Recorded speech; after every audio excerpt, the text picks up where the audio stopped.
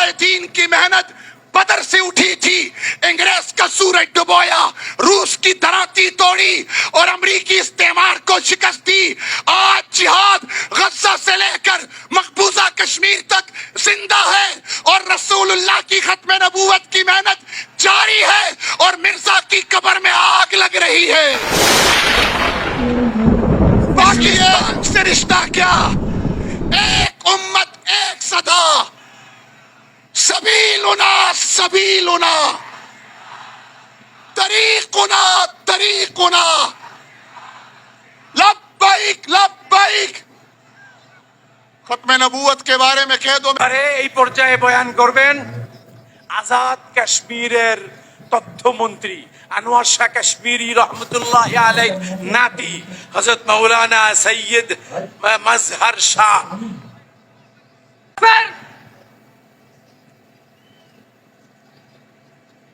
السلام علیکم ورحمۃ اللہ وبرکاتہ۔ الحمد للہ وحدہ والصلاة والسلام علی من لا نبی بعدہ، اما بعد۔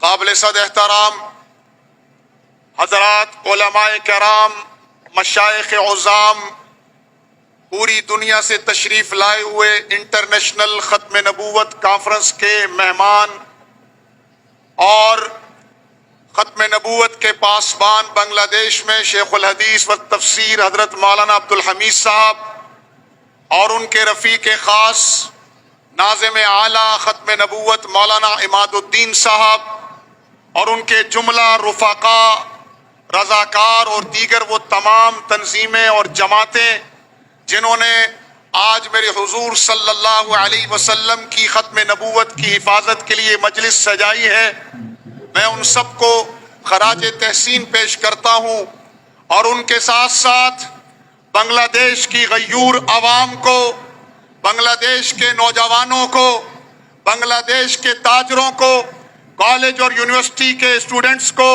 مدارس دینیہ کے طلباء کرام کو کہ جنہوں نے ایک مرتبہ پھر بنگلہ دیش کی سرزمین پر لا الہ الا اللہ کے نعروں کو عام کیا ہے، میں اس پر تمام نوجوان طلباء اور تمام زعماء کو خراج تحسین پیش کرتا ہوں۔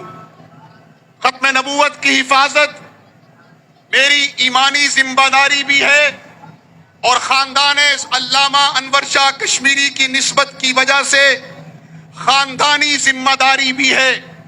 مقدمہ بھاولپور ہو یا 1974 کی اسمبلی کا فیصلہ ہو یا کشمیر کے اندر ختم نبوت کی حفاظت کا معاملہ ہو، ہم اسے اپنے ایمان اور اپنے دین کی اساس سمجھتے ہیں۔ امت کا مسائل میں اختلاف ہوا کرتا ہے، امت کا عقیدے میں اختلاف نہیں ہوا کرتا۔ جو عقیدے میں اختلاف کرتا ہے وہ امت سے خارج ہو جاتا ہے۔ مسئلہ ختم نبوت سمجھانے کی حد تک تو مسئلہ ہے، لیکن در حقیقت یہ امت کا اساسی عقیدہ ہے اور اس عقیدے سے جو باہر ہوگا وہ امت سے باہر چلا جاتا ہے۔ امت محمدیہ نے ہمیشہ اپنی جغرافیائی سرحدوں کی حفاظت بھی کی ہے اور نظریاتی سرحدوں کی حفاظت بھی کی ہے۔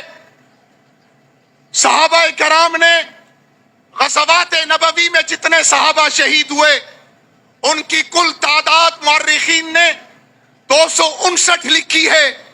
یہ وہ صحابہ تھے جو اسلام کی سرحدوں پر پہرا دیتے ہوئے اور اسلام کی سرحدوں کو وسعت دیتے ہوئے شہید ہوئے، لیکن جب مسئلہ اسلام کی نظریاتی سرحدوں کا آیا تو پھر میں اور آپ پڑھتے ہیں، سنتے ہیں اور ان علماء سے سندیں متصل کرتے ہوئے احادیث پڑھتے ہیں کہ صحابہ کرام کی 1200 کی تعداد نے اسلام کے نظریاتی سرحدوں کی حفاظت کرتے ہوئے، یعنی عقیدہ ختم نبوت کی حفاظت کرتے ہوئے 1200 صحابہ نے اپنی جانیں دی ہیں، جن میں 700 صحابہ حفاظ قرآن مجید تھے۔ یہ مسئلہ ہمیں بتاتا ہے کہ ہم اسلام کی نظریاتی اور جغرافیائی دونوں سرحدوں کی حفاظت کریں گے انشاءاللہ اور کسی قسم کا کمپرومائز نہیں کریں گے. میں ایک بات کر کے اجازت چاہوں گا. میرے جد امجد حضرت مولانا شاہ انور شاہ کشمیری رحمہ اللہ فرمایا کرتے تھے ایک ہے رسول اللہ کے اقوال کی حفاظت و خدمت, ایک ہے رسول اللہ کے افعال کی حفاظت و خدمت, اور ایک ہے رسول اللہ صلی اللہ علیہ وسلم کی ذات اقدس کی خدمت اور حفاظت. رسول اللہ کے اقوال کی حفاظت احادیث رسول اللہ ہیں. مولانا عبد المالک سے لے کر حضرت شیخ عبد الحمید تک اور تمام علماء کرام ہمارے اکابرین اس اقوال کی حفاظت کر رہے ہیں. دین کی بہت بڑی خدمت ہے. اور رسول اللہ کی سنتوں کی حفاظت یہ افعال رسول اللہ کی حفاظت ہے, اور یہ بھی امت سر انجام دے رہی ہے اور ایک بہت بڑی خدمت ہے. لیکن رسول اللہ کی ذات کی حفاظت ان دونوں سے بڑھ کر ہے, اور ختم نبوت رسول اللہ کا ذاتی وصف ہے. اس لیے آج کے دور میں جو ختم نبوت کی حفاظت کرے گا گویا وہ رسول اللہ کی ذات کی حفاظت کر رہا ہے.